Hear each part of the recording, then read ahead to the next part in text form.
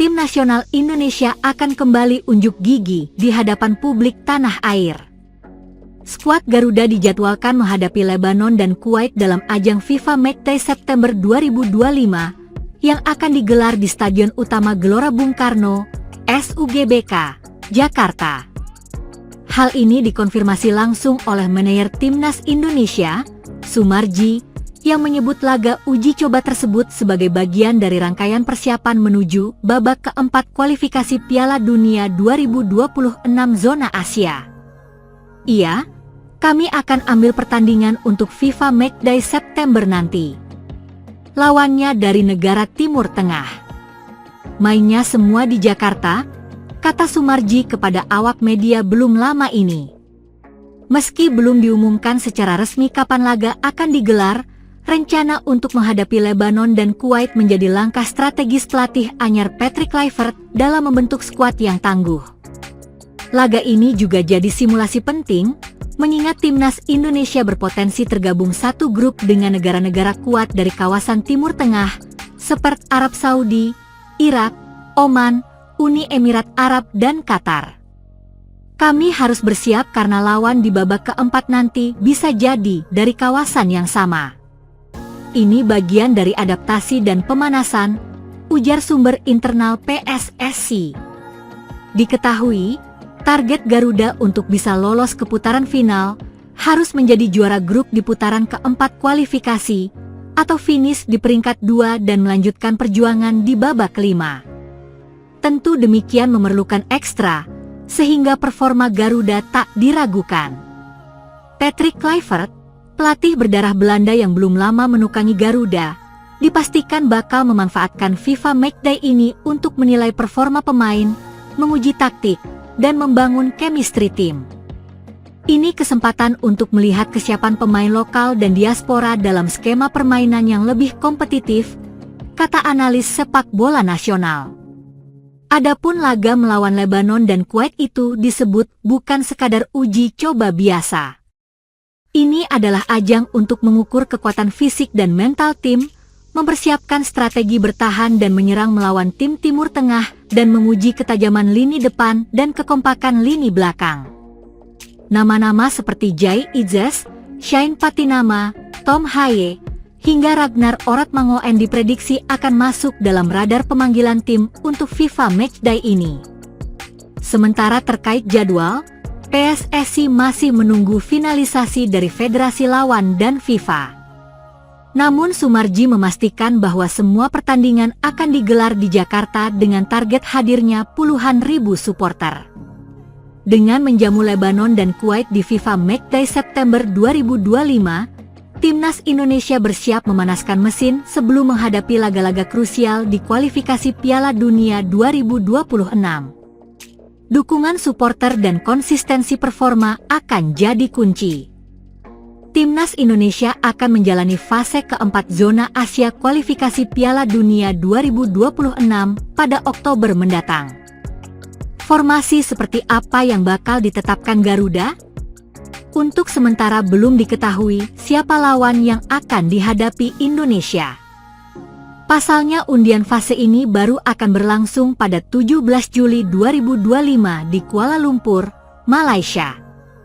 Ada 6 tim yang lolos ke fase keempat kualifikasi, yakni Arab Saudi, Qatar, Irak, Uni Emirat Arab, Oman, dan Indonesia.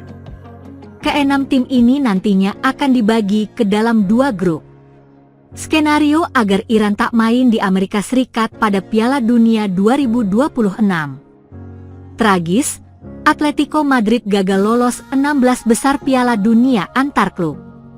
Berkaca dari 4 laga Patrick Kluivert bersama Indonesia, ada potensi 3 bek sejajar jadi pilihan. Pasalnya, hanya sekali saja formasi 4 bek dipakai, yakni saat melawan Australia. Kalau menggunakan formasi 3 bek, pemain yang akan dipilih kemungkinan besar Jai Idzes, Rizky Ridho, dan Justin Hubner. Ketiganya punya chemistry yang baik dan terbukti ampuh, yakni 2 kemenangan. Adapun posisi bek sayap yang turun naik membantu serangan dan bertahan, bakal diisi Kevin Dix di kanan dan Kelvin Verdong di kiri. Keduanya pilihan terbaik bek sayap untuk saat ini. Jika memakai formasi 3-4-3, berarti akan memakai dua gelandang. Dua pemain yang kemungkinan akan mengisi pos ini kemungkinan diberikan kepada Tom Haye dan Joey Plupesi. Selanjutnya tiga pemain di lini depan berpotensi diisi Ragnar Oratmangoen, Ula Romeni, dan Marcelino Ferdinand. Trisula ini mungkin bakal jadi pilihan Kluivert di lini depan. Namun, ada potensi Kluivert memakai formasi lainnya, seperti 3-5-2 atau 3-4-2-1. Jika memakai formasi ini, untuk menguatkan lini tengah, Ricky Kambuaya atau Jakob Sayuri bisa menjadi pilihan. Pemain lainnya seperti Mads Hilgers, Dean James, dan Egy Maulana Fikri juga punya peluang dimainkan. Ini tergantung kondisi pemain dan kebutuhan strategi yang akan diterapkan. Sementara posisi kiper atau penjaga gawang diperebutkan dengan ketat. Martin Paes dan Emil Audero Mulyadi tampil sama baiknya saat diberi kesempatan bermain. Pelatih Timnas Indonesia U23, Gerald van den Burg, berbicara soal target Garuda Muda di ajang Piala AFF U23 2025. Juru taktik asal Belanda itu menegaskan dirinya tidak pernah memulai kompetisi tanpa target menang. Untuk itu, filosofi kemenangan menjadi prinsip utama yang ia tanamkan dalam skuad bentukannya jelang Piala AFF U23 2025. Kalau Anda memulai sesuatu, target saya selalu untuk menang, tegas van den Burg saat ditemui sebelum memimpin latihan tim di Stadion Madia, Jakarta.